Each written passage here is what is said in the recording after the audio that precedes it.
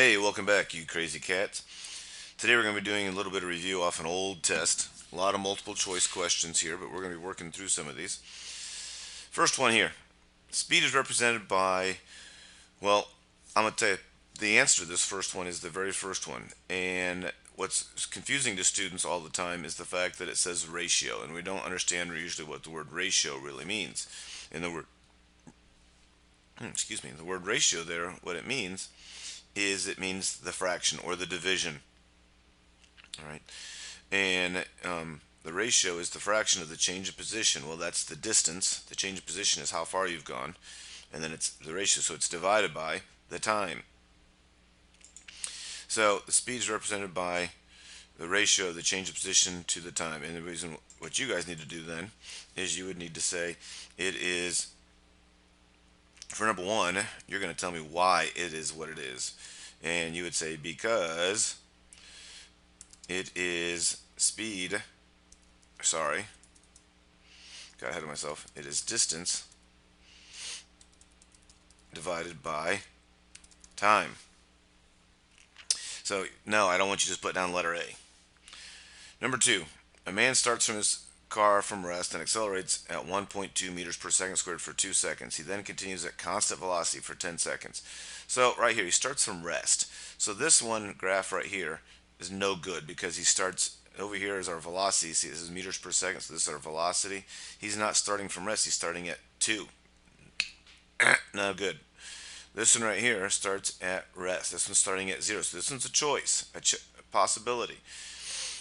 Accelerates at 1 meter per second for 2 seconds. So if he goes 1 meter per second for 2 seconds, after 2 seconds, he's going to be going 2 meters per second. So 1, 2, after 2 seconds, he is going 2 meters per second. He then continues at a constant velocity for 10 seconds. So from 2 to 12, all right, so that's after 12, he stays at a constant speed, which this graph shows because it's not going up, it's not going down. It's got 0 acceleration, so it's staying at 2 meters per second until he sees a tree blocking the road and applies the brakes. All right, so here we go. He applies the brakes for another 2 seconds and stops then. So if he's decelerating at 1 meter per second, he should be stopping here at 14 seconds. This would be an acceleration. The slope of this line on a velocity time graph is here. So my answer is C because it starts at no velocity or 0 velocity, then has 0 acceleration because it is a flat line, and then has an or a negative acceleration to finish with. All right, fairly decent there. Given a graph of velocity time, what does the horizontal line represent? So we're talking about velocity and time. So this is a velocity. I'm just using this one above us. Velocity and time. It's a horizontal line here. So what is this telling us? Well, it means it has no change in speed. So it's not accelerating. So which one here? Object acceleration is positive. Objects moving at constant velocity. Hey, I like that one a lot. It doesn't have negative acceleration and it's not standing still. It's right here. The object is moving with constant velocity. So my answer is going to be, and the reason it's this because a flat line on a speed time graph has a slope of 0, which means it is not accelerating. Now, I probably misspelled some stuff there, but I'm trying to get through a lot of questions as fast as I can. Which of the following is not an example of accelerated motion? Meaning it is going faster and faster and faster, or slowing down, or changing direction, because acceleration is a change in speed or a change in direction. So they want to know which one is not changing speed and or not changing direction. So the boulder falling off a cliff is going to be gaining speed because it's falling, gravity is pulling on it. An airplane taking off down a straight runway is gaining speed as it goes down the runway. A bicyclist moving in a straight line at constant speed. Hey, he's not changing speed and he's not changing direction. All right. So this is the one I'm liking, and my reason is going to be he or she or it, whatever, but I'm just going to use he. Like to heck, we'll use she, make everybody happy, is not changing speed and not changing direction. All right, an object has a negative acceleration is definitely doing what? A negative acceleration, which means it's going slower and slower and slower. It's slowing down. All right, so it's not speeding up, it's not moving at constant speed, it is slowing down. All right, so that negative acceleration means that the speed is decreasing. All right, which of the following systems of forces provides the block the highest net force? All right, so we have in these cases, we've got 11 newtons pushing from the left and 71 newtons pushing us to the right. So my net force here would be subtracting these two, and that would be 60 newtons to the left. All right, so there's that one. In this case, if I subtract these two, 227 minus 153, I got 227 pushing to the right, 153 pushing to the left. See, there's 47 plus another 27 would give me, I'm thinking this is like a difference of 84 to the right. So right now, I'd have to say that C is bigger. And then 405 minus 403 is going to give me 2 newtons. And over here, I'm going to have a difference of like 7.4 newtons. So C is my choice because the resultant of the two forces is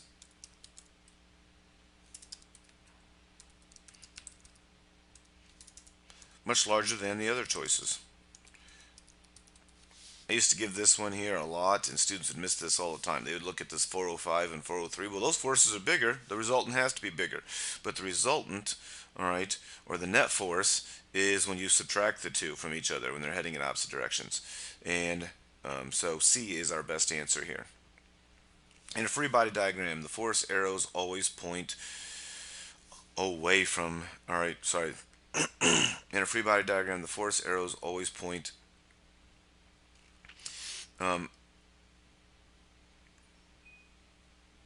it should be away from the particle. All right, away from the particle. All right, it's just easier to read, is what we say there. I'm going to probably stop typing at this point, so those of you who are not listening are not going to get this. But the reason I would say is because it's just easier to read when they're pointing away from the on the force. 8. When an object is in equilibrium, the net force. Equilibrium means it's not accelerating. All right, so there is no net force. Doesn't mean it can't be still moving. It just means it's not going to be going faster and it's not going to be changing direction. That's what not accelerating means. So when an object is equilibrium, the net force is 0. 9. Tension refers to the force exerted by a string. All right, or it doesn't have to necessarily be a string. It could be a rope, it could be a chain, it could be a cable, it could be a bar. All of these things could have tension in it. 10. The normal force refers to blank. The normal force. It is a perpendicular contact force exerted by the surface on another object. So I'm going to go up here to these pictures. The weight of an object points down. Well, what's keeping this object from sinking into the ground? What keeps your car from sinking into the ground? Well, every place the tires are touching the ground is also pushing back up. There has to be a net force equal to the force pushing down. Or sorry, there has to be a force equal to the force pushing down. So if there was at every tire, let's just say 1,000 pounds pushing down, then there has to be 1,000 pounds pushing up. And we call that upwards force, or that perpendicular force. It's perpendicular to the surface. We call that the normal force. A weight is hung from the ceiling on an elevator by a massless string. Under which circumstances will the tension of the cord be the greatest?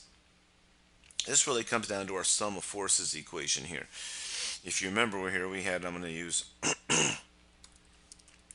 the sum of forces. I'm going to say the sum of F instead of the Greek symbol because I can't type that in, is equal to all the forces that are acting on it. So we'd have the force of weight, but we'd also have now this force. Let's just say there's some type of engine that's pulling up on it. So in this case, you'd have weight. This would be when you'd have the greatest net force on the elevator. And plus you had the force of tension. And then we would go through here and try to solve. Sorry, I wouldn't have that force there. I'm going to get rid of that. And then we'd come back in here and we'd say, okay, well, we plug MA over here. And we'd say, when is this going to be the greatest? Well, it's going to be the greatest when it's being accelerated in upwards. All right, so if it had a positive acceleration, sometimes our example there was a 2, meaning it was accelerating upwards maybe at 2 meters per second. And obviously if I put a 2 in there, that's going to make the left hand side bigger, which means the tension then is going to have to keep going up and up. So in this case then, it's when the elevator rises with increasing speed. If you're making the elevator increase its speed going up, that's when there's going to be the greatest tension, because you have weight pulling on it and you have this additional force because you're trying to accelerate it. So the tension is going to be the greatest then. I don't know if I did a great job there, but I did my best. Which of the following forces does not act on an object sliding down an inclined plane? So something sliding down an inclined plane. Well, you have gravity is going to be pulling down it. You are going to have the force of friction because you have two contact surfaces in touching with each other, the object and the plane, so there is going to be friction. A normal force, no matter how that plane is angled, you're going to have a normal force on it. So let's see if I can't put some type of shape in here. So let's say we have a plane. Here's our inclined plane. No matter what we do there, we're going to have a normal force. There's no way to get away from that. The normal force is going to be pointing perpendicular to that surface. So that right there would be the normal force. So which one is not act? That's an equilibrium force. I guess that could be a lot of things, but I'm not quite sure what an equilibrium force is. It sounds good, but it's not the correct answer. Which conditions will result in the smallest change in momentum? Well, we had this as a quick check question, and I told you guys, all right, go back to the equation. Force times time equals momentum final minus momentum initial. So the change in momentum is over here on the right, the final minus the initial. So what can I do to get the right side to be small if the left side is being multiplied together? Well, that means I want to multiply two small numbers together, and that would be a small force and a small time, or a short time. Small force, short time. So our correct answer here is D.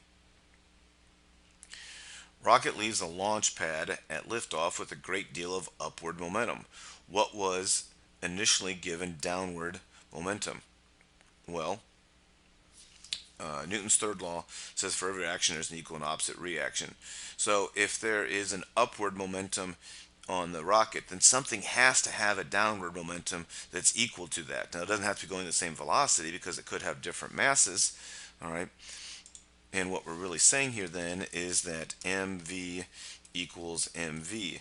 And let's talk about then the launch pad, or actually what it really comes down to is the gases. All right, the gases are what's coming out of the rocket. I don't know why I said the launch pad. Well, because it says launch pad right above that. But the rocket has this really large mass. All right, and it's going to start off at this slow momentum. Likewise, the gases have a really small mass, but they're going to come flying out of there with a really large velocity, and that's why I've given the rocket a big M for big mass and a small v for small velocity.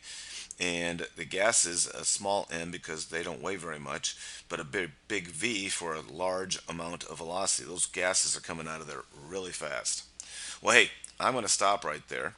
Your guys' job is to finish this and to explain to me, why each is the case. Don't just give me an answer. Tell me why. I'll catch you guys on the flip side.